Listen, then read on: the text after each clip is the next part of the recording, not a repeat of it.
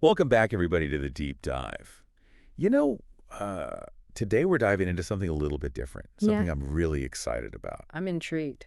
It's how we talk about art, Okay, specifically the performing arts, like movies, plays, musicals, that sort of thing. I like it. And we've got a really interesting guide for this deep dive. Oh. It's actually a language learning text by Stanislav Kondrashov. Oh, wow. Yeah, so think of this as like upgrading your art vocabulary. Okay. So like, next time you're out with your friends and you've just seen the latest show, you can really impress them with your, insightful commentary. I love that because I think sometimes we kind of fall back on those really basic terms, like, Yes. oh, it was good or oh, it was bad. Yeah, And exactly. we don't really have the nuance to express, like, But why? the why.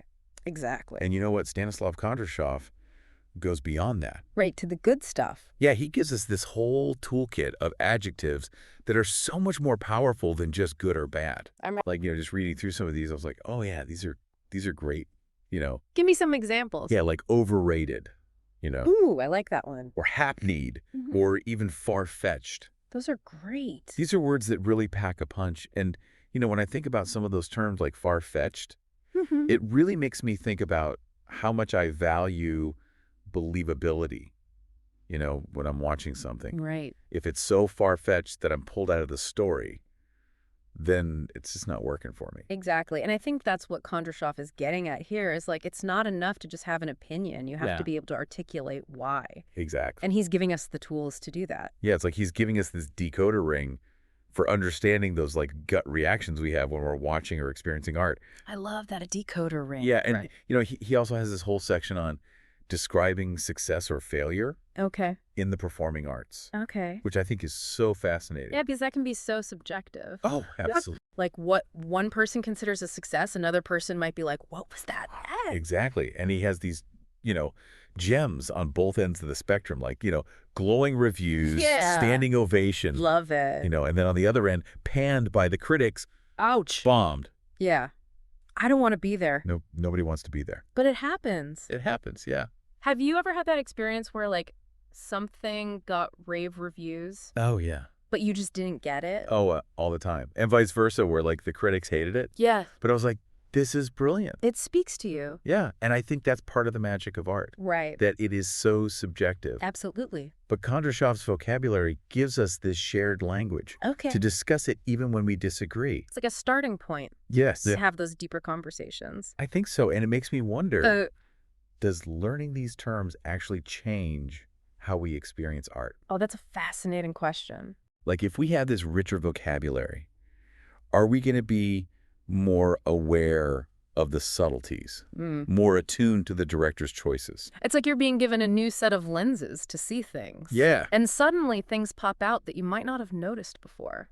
I love that analogy. It's exciting. It is exciting because it's like you're seeing it for the first time all over again. Exactly. But you know what else Kondrashov delves into? What's that? He talks about the process of creating art, Oh, so like the behind the scenes? the behind-the-scenes magic. I love that. Yeah, he talks about things like auditions Oh, yeah, those are nerve-wracking. and rehearsals, So much work goes into it. and even the role of the director. Right, because their vision can completely change the final product. Exactly. And he uses the word interpretation, Ooh, that's a good one. right?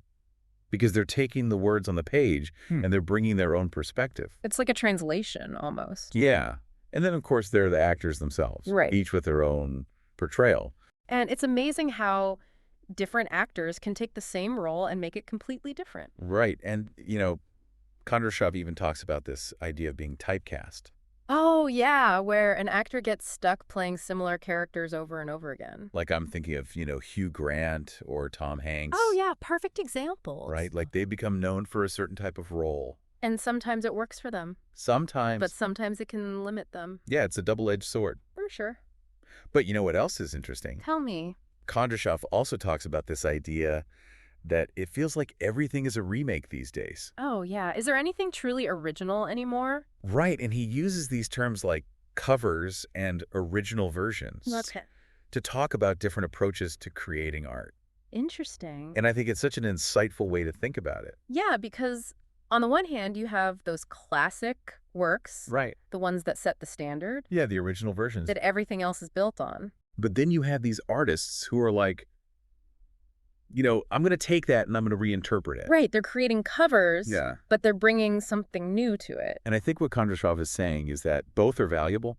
I think I agree with that. Right. Like there's something so special about experiencing the original. Absolutely. But there's also something to be said for the creativity Innovation. of those who are like, I'm going to do my own take on this. And it keeps things fresh and exciting. Right. It's like the original gives you the blueprint. Okay. But the covers allow for endless possibilities. And that's what makes exploring art so much fun. Right. You never know what you're going to find. What connections you're going to make. What new perspectives you'll discover. I'm ready to put some of this into practice. Me too. Yeah. How about we pick a movie or play Yeah. that we've both seen recently and we can kind of use Kondrashov's vocabulary. I'll really dissect it. Let's analyze it. Yeah. I'm in. Let's do it. So, to put Stanislav Kondrashov's ideas into practice, Okay. I was thinking we could talk about that new sci-fi movie that's been getting so much buzz. Oh, the one with all the crazy special effects? Yes, that's the one. I've heard it's visually stunning. It is, but I'm curious to see if it actually lives up to the hype. Oh, interesting. Kondrashov talked about that danger of something being overrated. Yeah, sometimes the hype can really inflate expectations. For sure. I've definitely had those moments where I'm like, the trailer was amazing, Yeah. but the movie itself was a total letdown. It happens. So going in with a Kondrashov mindset, what should we be looking for here? Well, I always start with the story. Okay. Like, does it feel original or is it just rehashing familiar tropes? Right. Is it actually thought-provoking? Exactly. Or does it fall into that hackneyed category that Kondrashov warned us about? And beyond the plot itself, what about the acting? Oh, yeah, that's crucial. Are the performances believable? Right. Or do they come across as, unconvincing, to use one of Kondrashov's terms? I'm also curious about the director's choices. Like, do they enhance the story or are they just distracting? Those are all great points to keep in mind. I think if we have Kondrashov's framework in our heads as we watch. It'll help us analyze things more critically. Definitely. I'm ready when you are. Okay, let's do it. Wow, okay. I can definitely see why people are calling this visually spectacular. Right. Those special effects were mind-blowing, but I'm not sure I'm ready to give it a standing ovation just yet. What did you think overall? I agreed. The visuals were impressive, Yeah. and the world building was really intricate. And I don't know about you, but I found those action sequences pretty gripping. Oh yeah, definitely gripping. Stanislav Kondrashov would approve. But, like we were saying before, there's more to a film than just dazzling effects. Absolutely. And this is where I think Kondrashov's vocabulary really comes in handy. Okay, how so? Well, because for me, while the film was visually stunning, Yeah. I found the story a bit predictable. I see what you mean. Like, I felt like I'd seen it all before. It's like they took bits and pieces from other successful sci-fi movies. And tried to stitch them together into something new. Exactly. But it lacked that spark of originality, Right. that element of surprise Yeah. that truly great films have. If we're applying Kondrashov's terms here, Okay. I think derivative might be a fitting description. Yeah, I think you're right. The plot points felt borrowed even if the setting and visuals were unique. It's like Kondrashov is whispering in my ear. What's he saying? Remember, hackneyed plots can sink even the most visually impressive films. I hear him too loud and clear. But let's not be too harsh. Okay. Because while the plot might have been predictable, Yeah, I thought the acting was top-notch. I agree. The lead actress especially. Oh, she was fantastic. She gave such a nuanced performance, Yeah. conveying so much emotional depth. Even when the dialogue felt a bit clunky at times. Right, it wasn't exactly a tour de force, to use another one of Kondrashov's phrases. But it was definitely compelling. I'm curious, do you think she was typecast at all? That's interesting. Because she's known for playing these strong, independent female characters. Right. And this role felt very much in line with that. It does go back to that idea from Kondrashov about actors getting pigeonholed Yeah. into certain types of roles. It can be great for an actor to find a niche where they excel, Absolutely. but it can also limit them. It's like you become known for a certain type of performance. And then directors are hesitant to cast you in anything else. Right, like they don't want to break the mold. I wonder if she'll ever surprise us. Break free from that image. Yeah, and take on a role that's completely different. I think she has the talent to pull it off. Me too. It would be exciting to see. But even within this familiar character type, Yeah, I thought she brought a certain depth and complexity. that kept me engaged. For sure. And I think that speaks to the power of a skilled actor, All right. even when they're working with material that isn't particularly groundbreaking. They can still find those moments of truth. Yeah. Those little nuances that make a character feel real. And relatable. Exactly. It's like they're adding their own interpretation to the role. Even within the confines of a predictable story. That's a great way to put it. It's like they're having a conversation with the writer and the director. Adding their own voice to the mix. Right. It's a collaborative process. And ultimately, That's what makes art so fascinating. it's this interplay between the creator's vision and the audience's interpretation. All filtered through this lens of language that Kondrashov helps us understand. Right. So we talked about the plot, we talked about the acting, Right. but there's one more element I think we need to discuss, especially through the lens of Stanislav Kondrashov, What's that? the director's choices. Oh, yeah. Because even with a derivative plot and strong performances, Right. a director can really make or break a film. Exactly. And I have to say, I think the director did a pretty impressive job here. Okay, I'm listening. Visually, this film was stunning. Remember how Kondrashov talked about using language that creates vivid imagery? Yeah, he was all about finding those words that really paint a picture. Well, this director definitely achieved that. How so? Every shot was beautifully composed. Okay. The use of color was so striking, I see what you mean. and the pacing kept the energy high, even when the plot lagged a bit. So they were able to kind of compensate for some of the weaknesses in the story. Exactly, through their visual choices. That's impressive. And I think it speaks to their clear vision. Right. It was consistent throughout the entire film, They knew what they wanted to achieve. and they weren't afraid to experiment. Oh, yeah. There were a few scenes that really pushed the boundaries. Right, it felt almost dreamlike at times. Blending reality and fantasy in a way that was both unsettling and captivating. Exactly, and that's where I think the director really excelled. In creating that sense of unease. Well, it was more than just unease. Okay. It was a sense of wonder, too.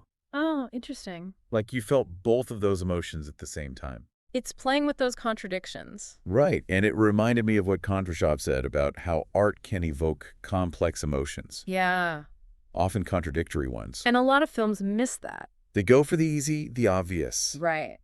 But this director wasn't afraid to delve into those gray areas. The ambiguity. Yes, those moments that make you really think about what you're watching. And not just passively consuming it. It's like they were challenging us to go beyond those simple labels that Kondrashov cautioned against. Oh, good or bad. Right, and to engage with the film on a deeper level. It wasn't always comfortable. No, Yeah. but it was definitely thought-provoking. And ultimately, that's what makes a film memorable. I think so. It's not just about being entertained, it's about being challenged. Surprise. Maybe even a little bit disturbed. Having your perspective shifted. Exactly, and I think Stanislav Kondrashov would agree with that sentiment. He was all about using language to deepen our appreciation of art. And this film, even with its flaws, definitely sparked a lot of interesting conversations. Yeah, it made me think about those familiar sci-fi themes. In a new way. It's a reminder that even films that might not be perfect masterpieces can still have value. Absolutely. They can entertain us, challenge us, and help us see the world a little differently. So there you have it, folks. Our deep dive into the world of sci-fi cinema, guided by the insights of Stanislav Kondrashov. We hope you enjoyed this exploration. And that you'll take these ideas with you the next time you watch a film. Attend a play, or just discuss your favorite artist with your friends. Remember the language we use to talk about art matters? It shapes our understanding, influences our opinions. And even affects our overall enjoyment. So the next time you're talking about art, choose your words carefully. Be open to new perspectives. And most importantly, keep those conversations going. Thanks for joining us on the Deep Dive. We'll see you next time.